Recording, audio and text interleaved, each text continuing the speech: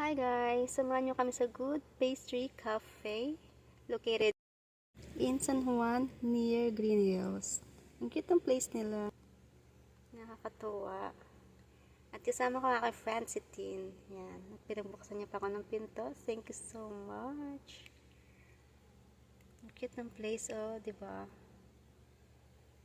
Ayan. Tara, sugod tayo sa kanilang pastries. Ang daming available pastries nila. Look! Ah, diba? Mukhang ang sasarap nila. Ang daming options. Noong una, hindi kami makapag-decide kung anong pipiliin namin ni Tin.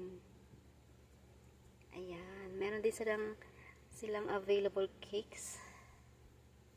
Looks yummy. Pag nasa store ka na, ang hirap minsan mamili. Yan nga ang in-order namin. Cream cheese frap. And Pandora. And garlic cream croissant.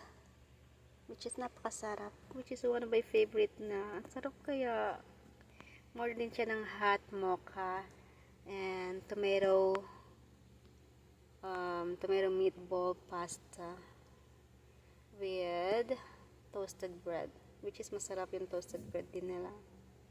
Mahilig kasi ako sa toasted bread. Kaya sobrang nagustuhan ko yung mga sinerve nila. Lalo na yung garlic parmesan cheese nila.